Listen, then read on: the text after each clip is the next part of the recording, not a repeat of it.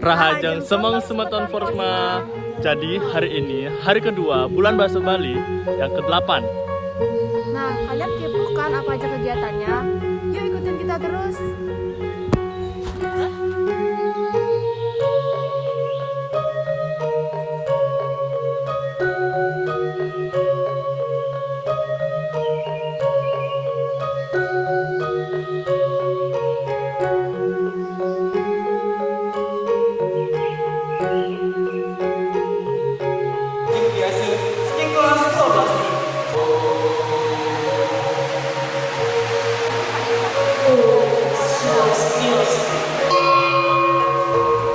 Nah, itu adalah kegiatan kita di hari kedua dalam rangka bulan Bahasa Bali yang ke-8.